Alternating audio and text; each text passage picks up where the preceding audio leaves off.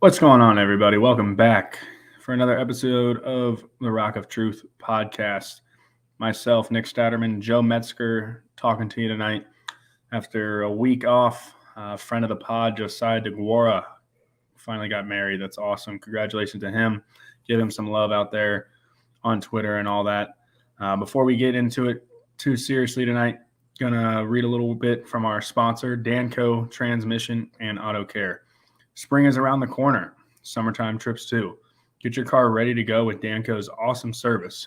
At Danco, they shoot you straight. They let you know what's important to fix, and if something can hold off for later, they'll hold it off for later for you.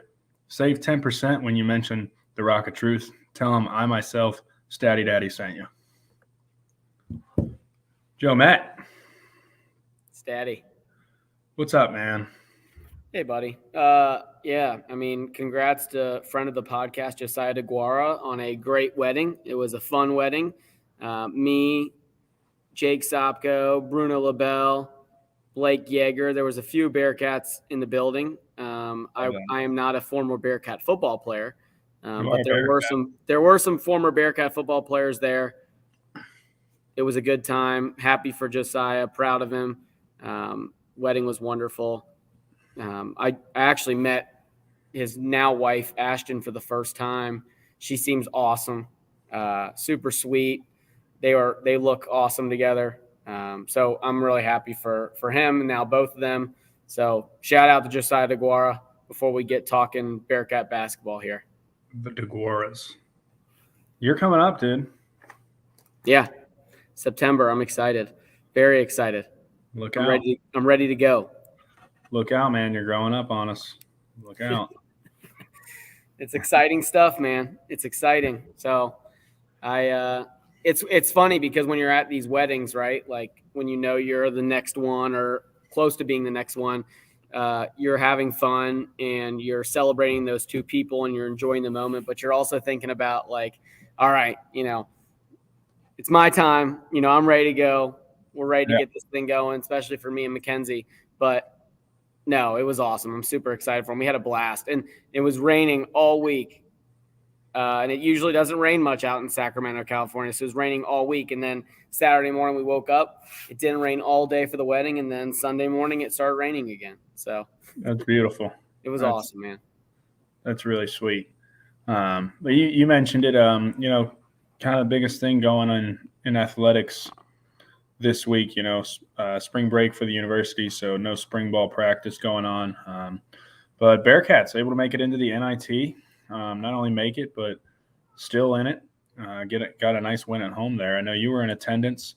Can you talk a little bit, just kind of what the atmosphere was like there? I'm seeing a lot of people on Twitter talking just a lot of love about how still packed it was, and even Wes Miller just begging Cunningham to be like, man, we got to get back in front of our fans, and just how important that is for the fan base to continue to support, the team.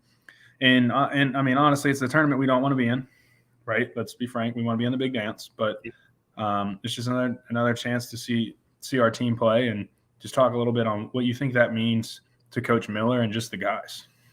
Yeah, I mean, it was interesting. I'm someone who when I knew they were going to get that invite, right? Like I'm on the fence. Like, do you take the invite? Do you get a head start in the portal? I think for a lot of people, like when it comes to the transfer portal, a lot of coaches who lost this year get a chance to go do in-house visits, right? They can fly out to someone's house and meet the player, meet the parents, meet the family. Have conversations. You get a head start. It's almost like when you win, you get penalized in college basketball almost. So when you have a chance to not go to the NIT, because obviously as Bearcat fans, like the program has been built on NCAA tournaments and making runs in the NCAA tournament. And so for us who are passionate fans of the program, that's the expectation. Whether fair or not, that is just the expectation of Bearcat basketball. And it's been an expectation for a long time. It's not just something that, Mick did. It happened before Mick Cronin. It even happened, in some ways before hugs, but that was more back in the 80s, right? And obviously the 60s, there was gaps of winning and losing and things like that. But so for me, I had mixed feelings about it. I'm going to go cheer for the guys and I'm excited for the guys, but I still have mixed feelings about those things. But when I got to the arena last night, even though the game to me didn't really matter, I don't think my mood would have changed very much based upon a win or a loss. But what I will say is it did give me great hope in a few different areas, and I'll talk on that. The first thing is I don't think there's a lot of programs in the country that would show out and show up for a team who, in my opinion, they went on a lot of different, it was kind of a roller coaster at times this year, right? Like you play Houston close on the road, then you go lose at ECU, right? Like, and then you win two or whatever. It was just an up and down type of thing. I feel like this season in a lot of different ways, and I think there was a lot of positives for this year that we can look at. But at the same time, it's still frustrating because as a fan, we've spent 4 years now watching the NCAA tournament without our team being in it. And so Selection Sunday has been, I think for a lot of us, it's been a lot less exciting.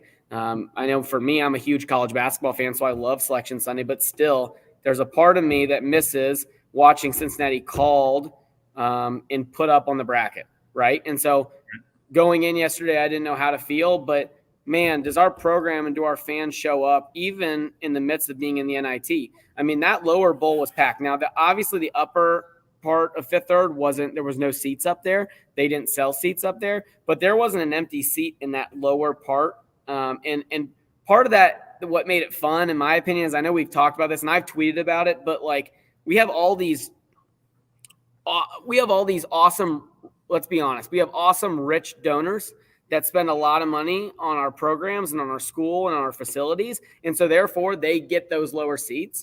And I think in a lot of ways they have earned those lower seats. So the university is never going to kick those people out of those seats, but there is a lot more excitement and there's a lot more craziness and there's a lot more noise when you take kind of the normal people like me and you from that top area and you push us down low.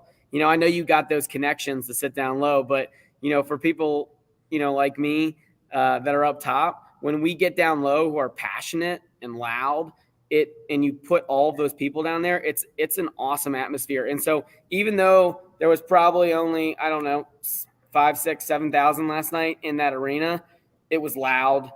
It was passionate. The fan base, I think in a lot of ways, the fan base carried that team in a lot of different phases and in a lot of different stretches. There were moments where Virginia Tech would make a basket. We'd come down and make a basket. The whole arena stands up. Virginia Tech comes down, makes a basket. Whole arena sits down. UC comes down, makes a basket. The whole arena stands up. It was constant. So For me, it was awesome. I was thrilled just to have a little bit of hope of like, okay, this is what it always used to look like. It's what it can continue to look like and be like in the future once we start to win and play bigger games.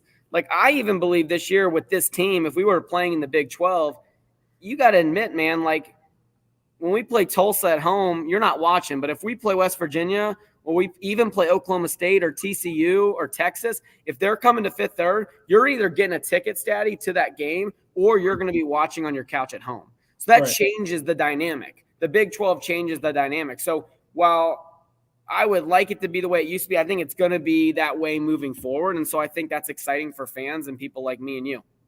Yeah. I think you hit it on the head. We've talked about that for, months now, ever since the news broke about just getting to the bigger conference. I also wanted to ask, like, you got a guy, and the one game I actually went to, was able to go this year, was senior day.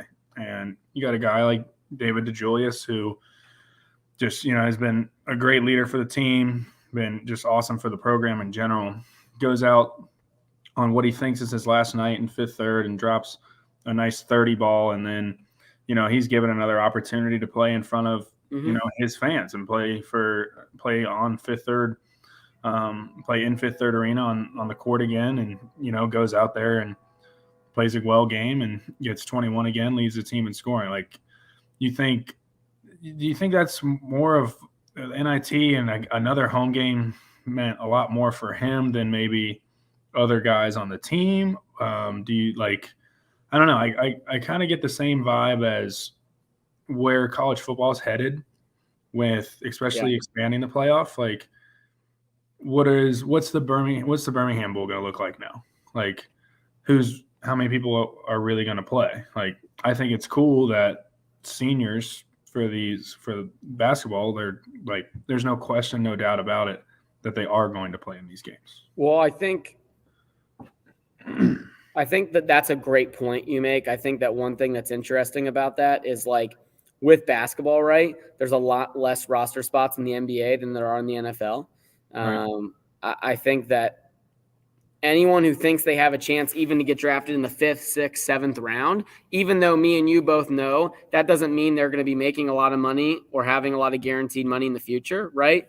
They're going to make some money, right? They're going to have a good payday, but it's not going to be life-altering, life-changing money, in the same way when it comes to the NFL. But still, at the same time, all you want in the NFL is to get an opportunity. And if you get hurt in that bowl game, that opportunity can be taken away so quickly, right? Whereas, like, a lot of these guys who are playing in college basketball, there's a lot of great college basketball players that never will ever have a chance to play in the NBA, whether it be because of size, quickness, speed, right? If there's just one thing kind of off about your game a lot of the time in basketball, it's hard to make it in the NBA.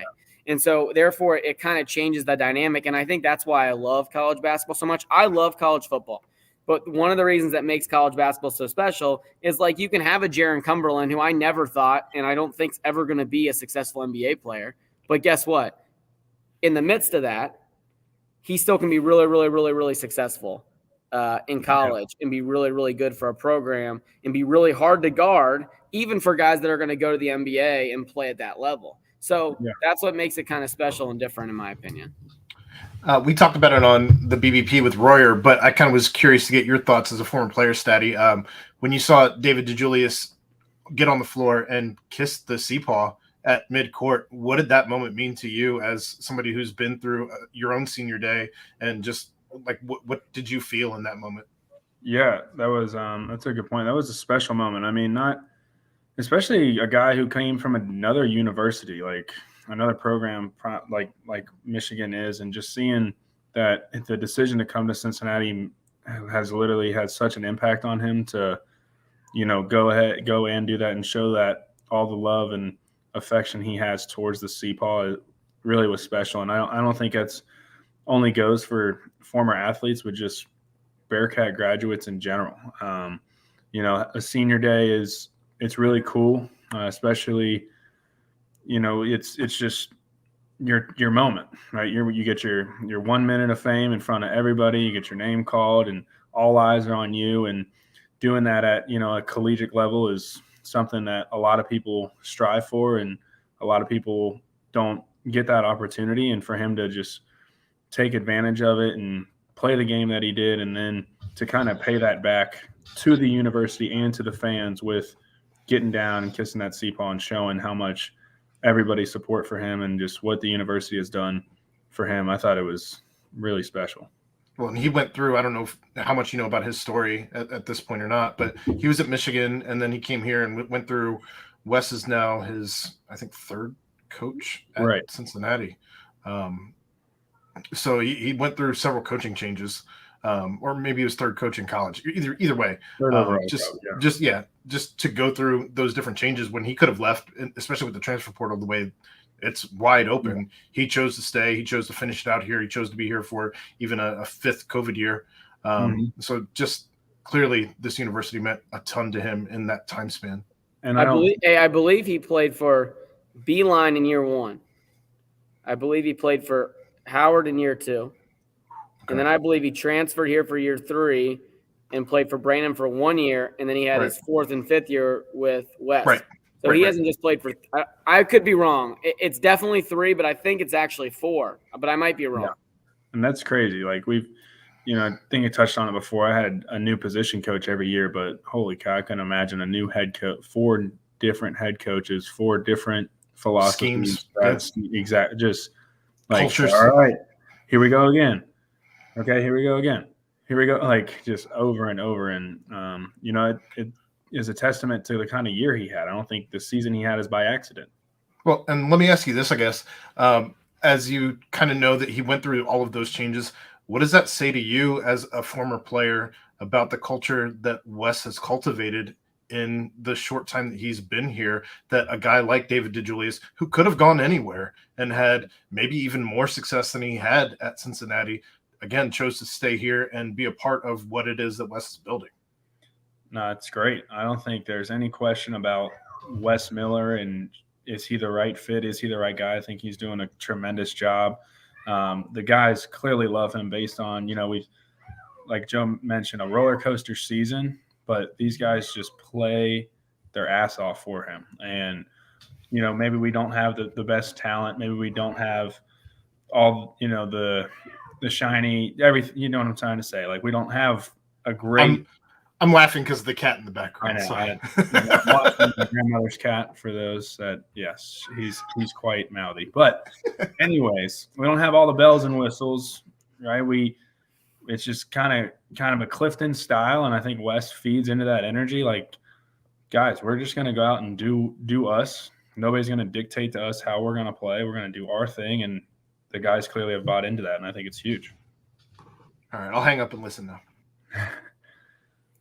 No, Aaron asked some great questions. I think that's good for people who are listening. They want to hear, especially your thoughts being a former player on what that kind of looks like and felt like. And I know for a fan, it was awesome, right? For someone who's grew up a Bearcat fan, I think oftentimes fans, right, we get mad when guys transfer and they're not a true Bearcat. Everyone always says once a Bearcat, always a Bearcat, and I've always kind of pushed back on that, and whether that's right or wrong, I don't know.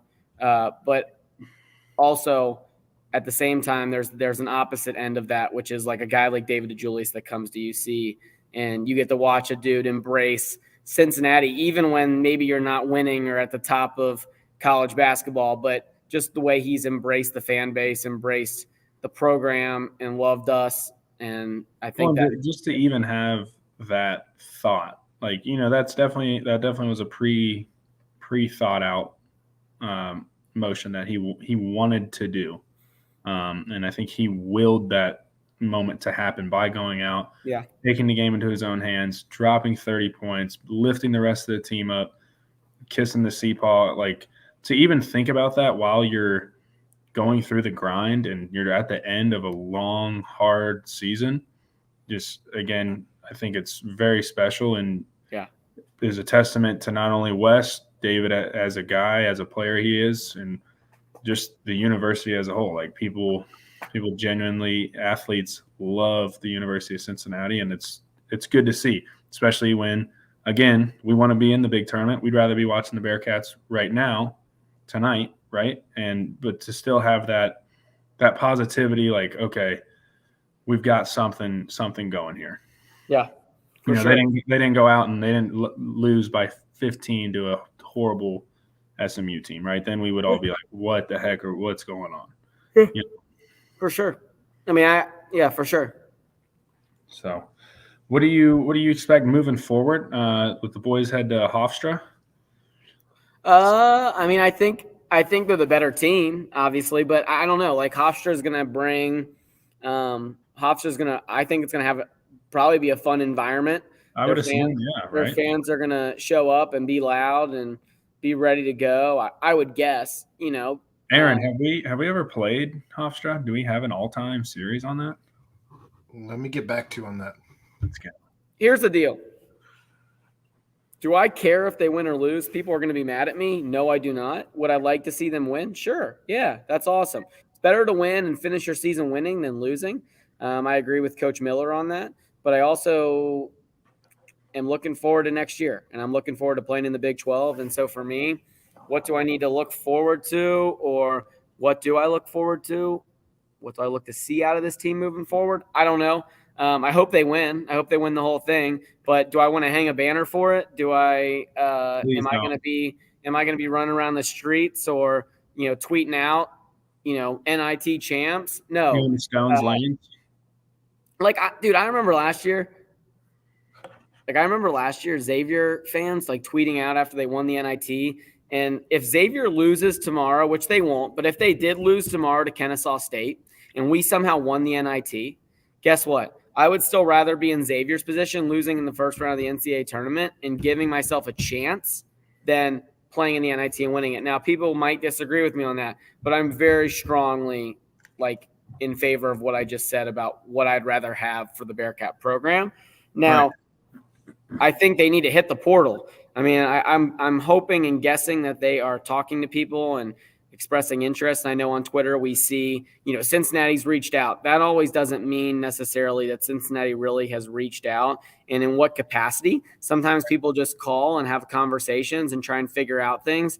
That doesn't necessarily mean they're going to offer. That doesn't necessarily mean they're super interested, but based upon who they're going to get and who they're not going to get, sometimes you got to have different options of what you want and what you think is going to help your basketball team. And so I'm excited for the portal. I hope that the NIT doesn't become a distraction to what the ultimate goal is, which is to build a better roster for next season, because the roster that is currently in place will not win in the Big 12 and has no chance to win in the Big 12.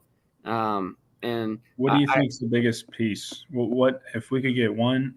You get one transfer. What position? What are you trying to get? A shot blocking interior post defender by far. I agree.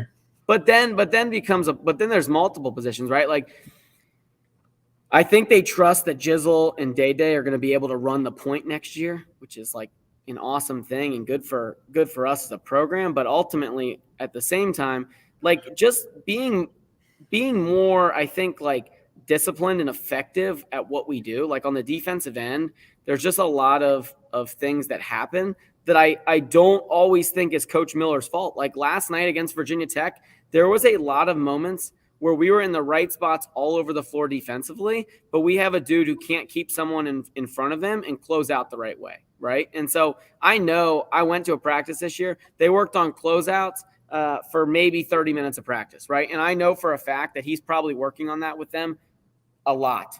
But if there's dudes who just can't guard better athletes and better players on the opposite end of the floor, that's a serious problem. And so for me, like, I think next year I just want to see consistency, right? Like, I just want to see an identity. I want to see, like, okay, what are we good at? Great. What are we maybe not as good at? Okay. Are we getting better throughout the season? Are we trying to fix the things we're not as good at? But are we ultimately staying consistent with what we're good at? Because this year's team has been up and down, and I know you've watched some games, and I'd like to hear your opinion. This year's team is kind of up and down on things they can be really, really good at, but then there's times where they're really, really bad at the things that we think they're getting good at. And so that's sometimes the frustrating part. And I'm not blaming it on coaching, and I'm not always blaming it on the players either. I think it's maybe a little bit of both. But combination, you need better – in my opinion, you're going to need better talent in order to create consistency for your program moving forward. So it doesn't look like they've ever played in history. Might be the first matchup ever. I did see Xavier on there as having matched up with them once. And then I actually looked at their schedule. This is what took me so long. I looked at their schedule this year, and it doesn't look like they had any like opponents either. Okay. So is Xavier 1-0 against them, or are they 0-1 against them? I didn't actually care enough to look. Because guess what? If they're 1-0 and we somehow lose to them, do you think Xavier fans will get on Twitter and start saying, like, we've beaten Hofstra more times than you guys, we're a better program? Because I could see it happening. I never put anything past an Eggs fan, but Norwood Tech. It is what it is, I suppose. Norwood Community College. I did want to drop this name on you, though, Joe Met. You know who the coach is for Hofstra? Who? Speedy Claxton. Ooh. Okay. So, just thought I'd drop that little name on you. That's a fun blast from the past. Yes, that's awesome. Yeah. Last thing I wanted to hit, just on the game, Joe, and how you kind of were just talking about consistency. Like, you check out the box score. We out-rebounded them by 13, and we won at the free throw line by 11. Yeah. Like, you're going to win a lot of basketball games doing that. But like you're talking about, I think it's unfair to ask to out-rebound teams by 10 plus and win by the free throw line by 10 plus every night. But if those, if those are numbers that we're still winning in that stat category, then it's going to lead to more wins. Like, Yeah. we can't be like, man, all right, we really dominated that team on the glass last night, take 2 days off, travel, and then we get absolutely bullied back on the boards. And I think that's what's happened a lot this I season, agree with you. like you hit on.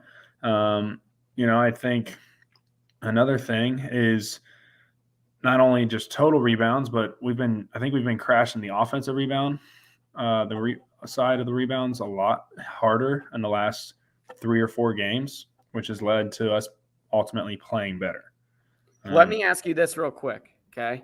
What's it going to take? I know me and you had talked about having a short episode tonight because really the only thing to talk about right now is just basketball, and obviously we're rolling, dude. Keep it rolling. Yeah, but here's my question for you. Like,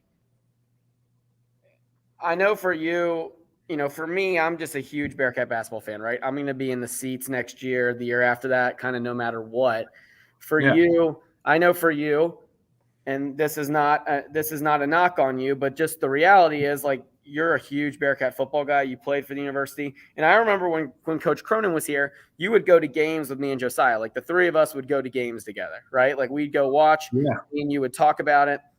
Yeah. What's it going to take for you next year, the year after, for you to kind of, I know like Big 12 teams are going to help you get in those seats. What's it going to take for you to be there in fifth, third more consistently? Like, what do you want to see? Right? Because I don't think for you it's ever been about like win a bunch of NCAA tournament games or, win the conference. I don't think it's really about that for you. What's it going to take for you to get back in those seats next year more consistently, if that makes sense? Yeah, I think, it's funny you asked that because I was talking with one of my clients either earlier today or earlier this week, this morning, because another person, brought up, hey, man, boys got it done last night and win. And I kind of was like, oh, yeah, ooh, here we go. Look out, like kind of sarcastically and, gave a laugh. And but I grew up, we grew up in like Bob Huggins was going, but I wasn't really a huge follower then. I really loved Bearcat basketball when Cronin was there.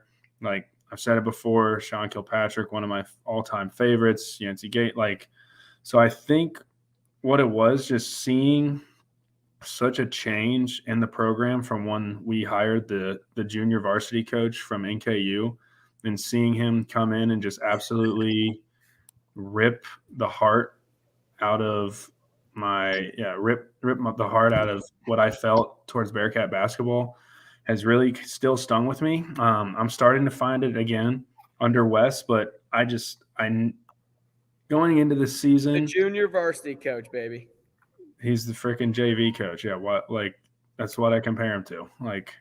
Anyways, but I'm starting to get it back there because I was excited once we got Wes and seeing all what he did when he was at UNCG and just his background. Like, the dude is a basketball coach. And he's, things are starting to turn around. So I do think I'm a little unfair towards the basketball program now. And just because also was spoiled with kind of being the talk of the town, being on a really talented football team.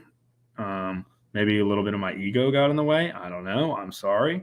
But I just want to be able to see a roster and a team that's like, okay, we got some dudes. Like, I don't care who we're playing against. Like, back in the day, Syracuse is coming to fifth, third. Okay, let's go. We're headed to Pitt. Let's go. But we also it changes everything. I agree. We had a squad. Like, we had dudes that knew how to freaking hoop. Yes. Were we always fundamentally sound? No, but they didn't care. They were just nitty gritty and went after it. So that's starting to come back. That identity is slowly coming back. Is Wes going to be Mick Cronin? No. Do we want him to be? No. So I think that's something, and you keep talking about the portal, but dude, I'm excited about these guys coming in, the two young guards. I'm excited to see what, Landers, Nolly's coming back next year, right? Well, it's up in the air. We're really hoping.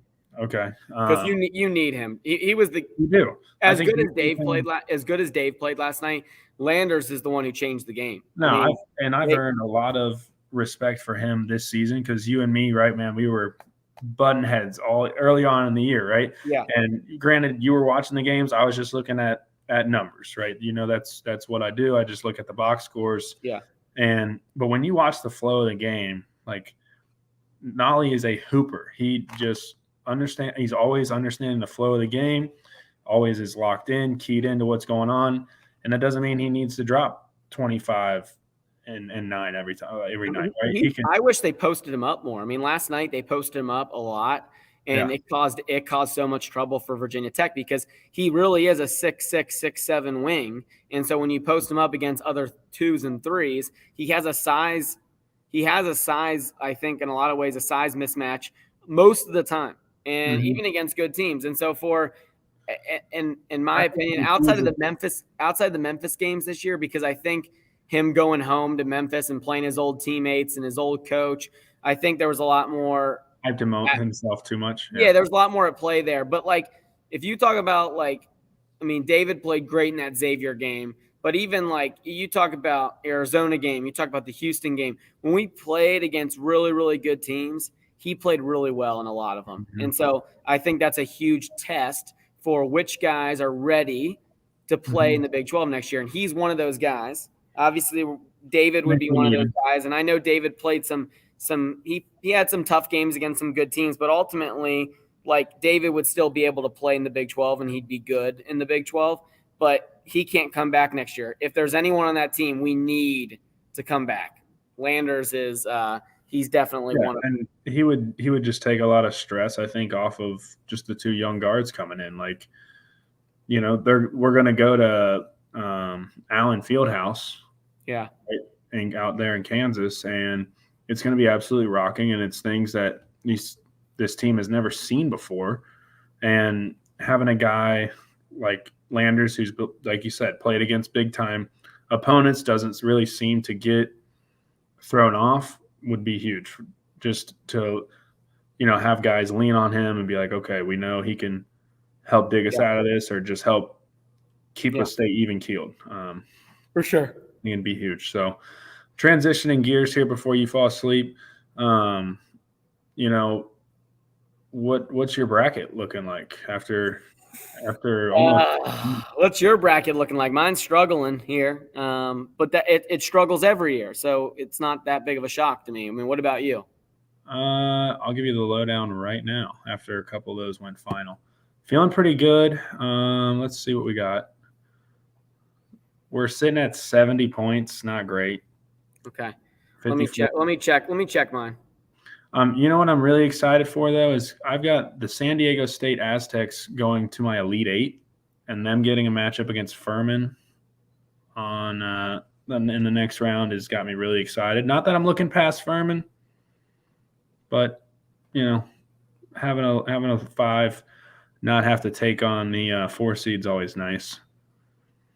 You saw what the Dukies did.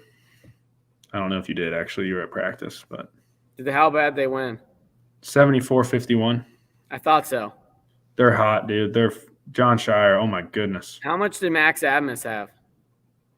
Max Admus? Yeah. Let's see. 12, 4 of 15 from the field, 2 of 9 from 3.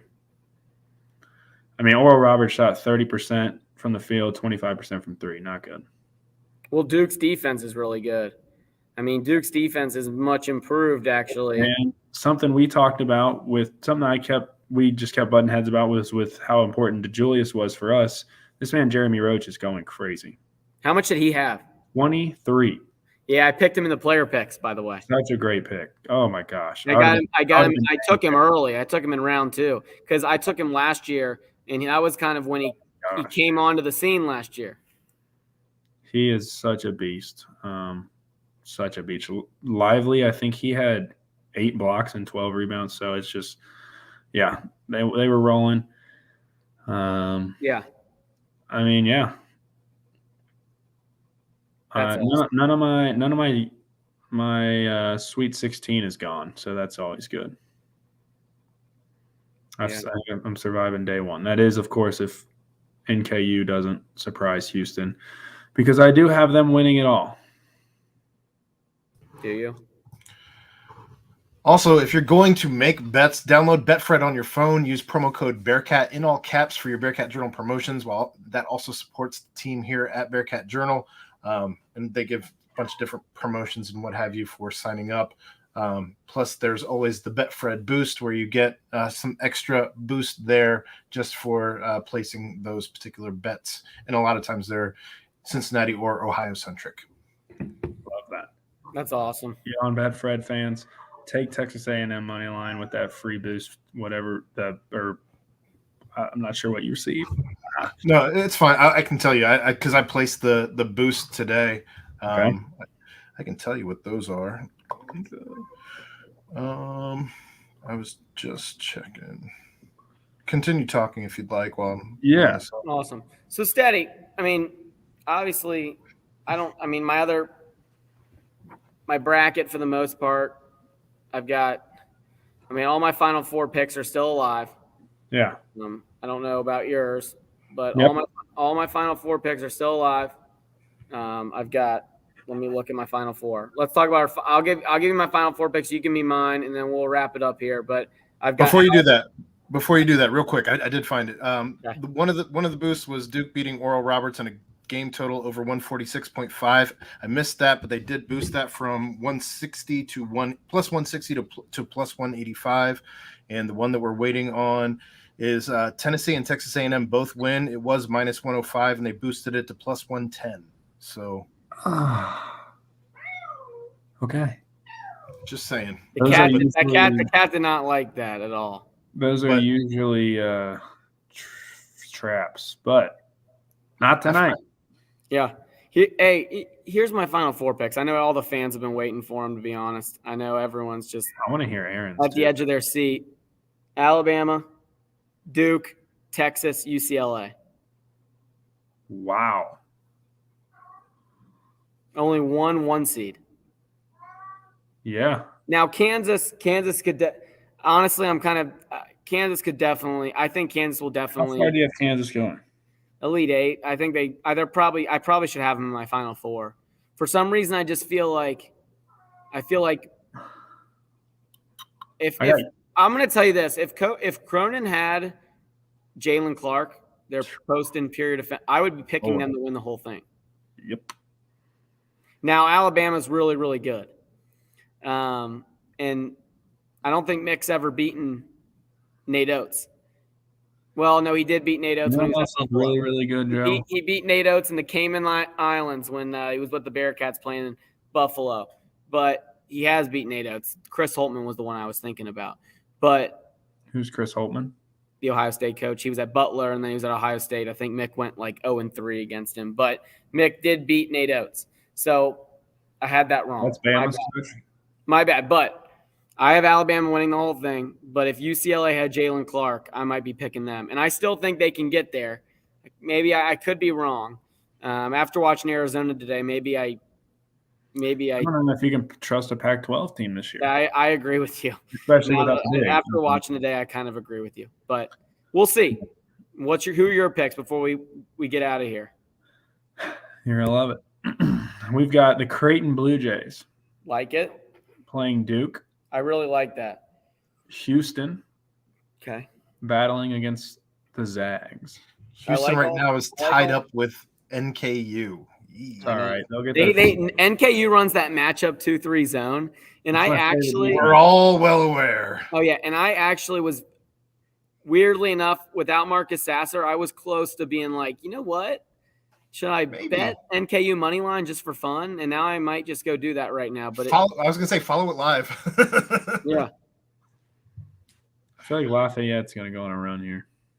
I'm embarrassed to say this is the first year I didn't fill out brackets. No. You should. Hey, next year, I almost invited you and Chad, but I didn't think you guys would come because it was like Monday when I was about to invite you. But me and my dad do this thing called player picks every year, which I love way more than the brackets. And we draft there's 30, 40 people that come to my parents' house. We draft 6 players each. It's a snake draft. Who took Caden Pierce is what I want to know. Alec Pierce's little brother, killing it at Princeton. No one killing took it. Caden Pierce. I'm sure you and Chad would have found a way to come and pick someone who has some relation to some Bearcat, but that would have been free money for people like me and Statty. So we Caden Pierce killing it at Princeton. I know. I know. That's all. That was awesome. That's a very athletic family, by the way. Houston is massive out here. Chad, you're no mic, Chad. Yeah. You punched your mic and it disconnected again. He gets so mad. It's one of my favorite things in the entire world. Chad took his time getting on the show tonight. Yeah, I was about to say. I didn't think you were in. Nope. Still.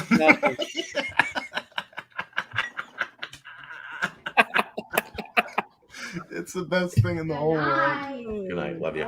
Oh, there it is. Oh, we can hear him. You're back. Good night, Chad. He's back. Get your blankie. Good night. Sorry, I talked to my wife for a while. She's back on her normal floor. She's out of ICU. Awesome. So me and the daughter, we're talking to her. Talked to the daughter for like 15, 20 minutes because I still have to be a parent. Still don't know how you're allowed to have children, but Caden Pierce. I told there is a very prominent mid-major that has had a massive level of success over the past decade. Mm-hmm. And I know a coach, like their associate head coach, and I was like, look, this dude is going to get you in the NCAA tournament and win you games in the NCAA tournament. I know his DNA. I know what his family's about. I know what the kid's about. And I've watched him be the glue guy for what was essentially one of the top 2 or 3 AAU programs in the country last year. Why are you trying to help out former Xavier coach now with the Miami Redhawks? Come on, That is not it. That is not it. I'll tell you guys afterwards. And they were like, we got some 4-star guys on our radar. Like we got, we're working on this and we're doing it. And I'm like, no, you guys are who you are because of guys like Caden Pierce. St. Mary's. No. And if you recruit Caden Pierce, you'll continue to have your identity. And if you continue to chase these 4-stars, you stand 0 chance of landing. Then you'll fall back and not be relevant. That team is not relevant this year. And Caden Pierce is moving on to the second round of the NCAA tournament.